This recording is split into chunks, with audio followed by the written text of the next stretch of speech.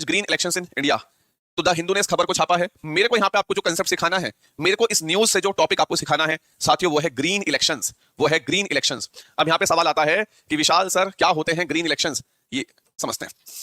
ठीक है, ध्यान से सुनना, वेरी वेरी इंपॉर्टेंट। मैं बोल रहा हूँ इस क्लास में डेली आपको नई नई चीजें सीखने को मिलेंगी, तो उसको रेगुलर फॉलो किया करो। Now what is green elections, समझो साथियों। जब भी आपके सामने ग्रीन शब्द आता है तो आपको इतनी बात पता होगी कि कहीं ना कहीं एनवायरमेंट की बात करी जा रही है, कहीं ना कहीं पर्यावरण की या ग्रीनरी की बात करी जा रही है ना।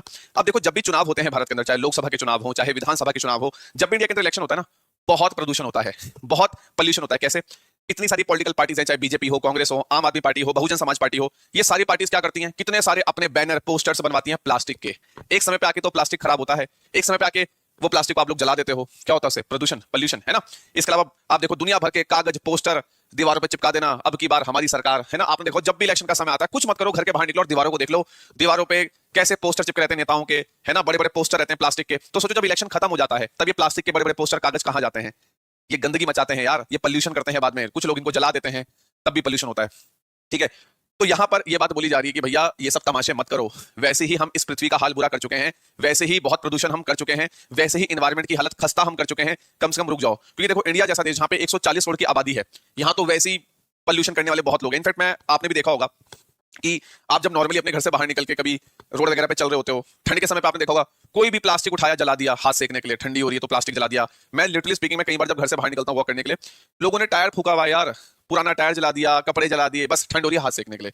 इनफैक्ट उनको मतलब ये या तो पता नहीं है या पता होने के बाद भी अनपढ़ लोग हैं कि यार तुम ये जो टायर जला रहे हो, प्लास्टिक जला रहे हो, ये कितना हानिकारक है ना। मतलब लोगों को अवेयरनेस है ही नहीं बिल्कुल।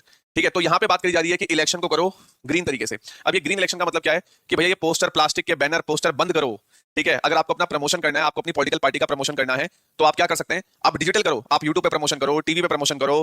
ठीक है, आप अपने एड चला दो ऑनलाइन, उससे कोई नुकसान नहीं होगा ना किसी को, अगर आप डिजिटल तरीके से प्रमोशन करोगे, है ना।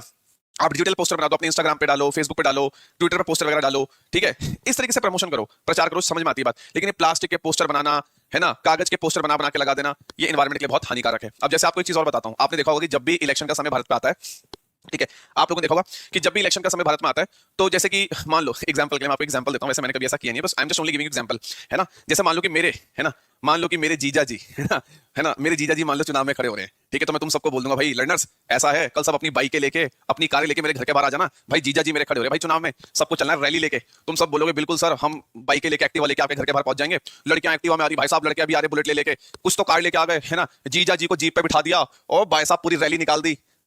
सबसे बड़ा नुकसान, कितना प्रदूषण होगा, इतनी सारी गाड़ियां चलेंगी, है ना, इतनी सारी जीप चलेगी, इतनी सारी कारें चलेंगी, सोचो कितना सारा कार्बन निकलेगा, कितना सारा आप कार्बन का एमिशन करोगे यार, सोचो कितना प्रदूषण होगा गाड़ियों से।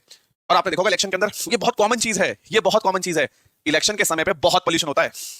ठीक है, ठीक है, हमें हमेशा पता है क्या सिखाया जाता है, मतलब हम हमेशा क्या सुनते हैं कि भाई दिवाली के समय पे प्रदूषण हो रहा है। भैया दिवाली के समय तो होता है, लेकिन आप अपनी जरा नजरें उठाइए और चुनाव भी तो देखो, चुनाव में कितनी तरीके से लोग पॉल्यूशन करते हैं। अलग अलग पार्टियों के नेता अपनी भाई साहब झंडे लेके गाड़ियों में निकल जाएंगे, है ना, ठीक है, हमें वोट दो, ये दो, वो दो। तो कहने का मतलब है कि भैया ग्रीन इलेक्शन की तरफ जाओ। ग्रीन इलेक्शन का मतलब यह है कि बिना पॉल्यूशन करे आप अपना प्रचार करें। ठीक है, ग्रीन इलेक्शन का मतलब है बिना पॉल्यूशन करे, बिना प्रदूषण करे आप अपनी पॉलिटिकल पार्टी का प्रमोशन करें, प्रचार करें, बिना पॉल्यूशन करे। कैसे कर सकते हैं? डिजिटल तरीके से करो, ऑनलाइन तरीके से करो, अपना प्रमोशन इंस्टाग्राम पे करो, फेसबुक पे करो, ठीक है, यूट्यूब पे कर लो, है ना, समझ लो, कम से कम उससे प्रदूषण नहीं होगा। क्लियर है? तो भारत में एग्जाम्पल अगर मैं आपको दूं तो गोवा एक ऐसा स्टेट है, ठीक है, गोवा एक ऐसा स्टेट है जिसने ग्रीन इलेक्शन की तरफ कदम उठाए हैं। ठीक है, गोवा के अंदर सरकार ने बोला था कि भैया डिजिटल तरीके से, मतलब वोटिंग भी वोटिंग भी डिजिटल करवा दी, क्योंकि मशीन भी प्लास्टिक की होती है। तो गोवा ने डिजिटल तरीके से वोटिंग करवाने की कोशिश करी, तो गोवा ने ग्रीन इलेक्शन की तरफ काफी काम किया है। इसके अलावा अगर मैं आपको बताऊं, श्रीलंका और एस्टोनिया, दो देश के नाम ध्यान रखना, एक श्रीलंका और एक देश है एस्टोनिया। ये दो ऐसी कंट्री हैं जिन्होंने ग्रीन इलेक्शंस के ऊपर बहुत काम किया है, या जिन्होंने अपने देश के अंदर ग्रीन इलेक्शन को बहुत प्रमोट किया है कि भैया जब भी आप लोग चुनाव करें तो ग्रीन इलेक्शन को ध्यान में रखते हुए करें। समझ में आ गई बात? तो देखिए कितना नया कंसेप्ट था, कितना नया टॉपिक था। तो अगर कोई आपसे इसके बारे में पूछे तो आप बता सकते हो, एग्जांपल भी दे सकते हो श्रीलंका का और एस्टोनिया का, कि इन जैसी कंट्रीज के अंदर ग्रीन इलेक्शन को फॉलो किया जाता है, मतलब बिना पॉल्यूशन करे पॉलिटिकल पार्टीज अपना प्रचार करती हैं। ठीक है, समझ में आ गई बात? चलिए।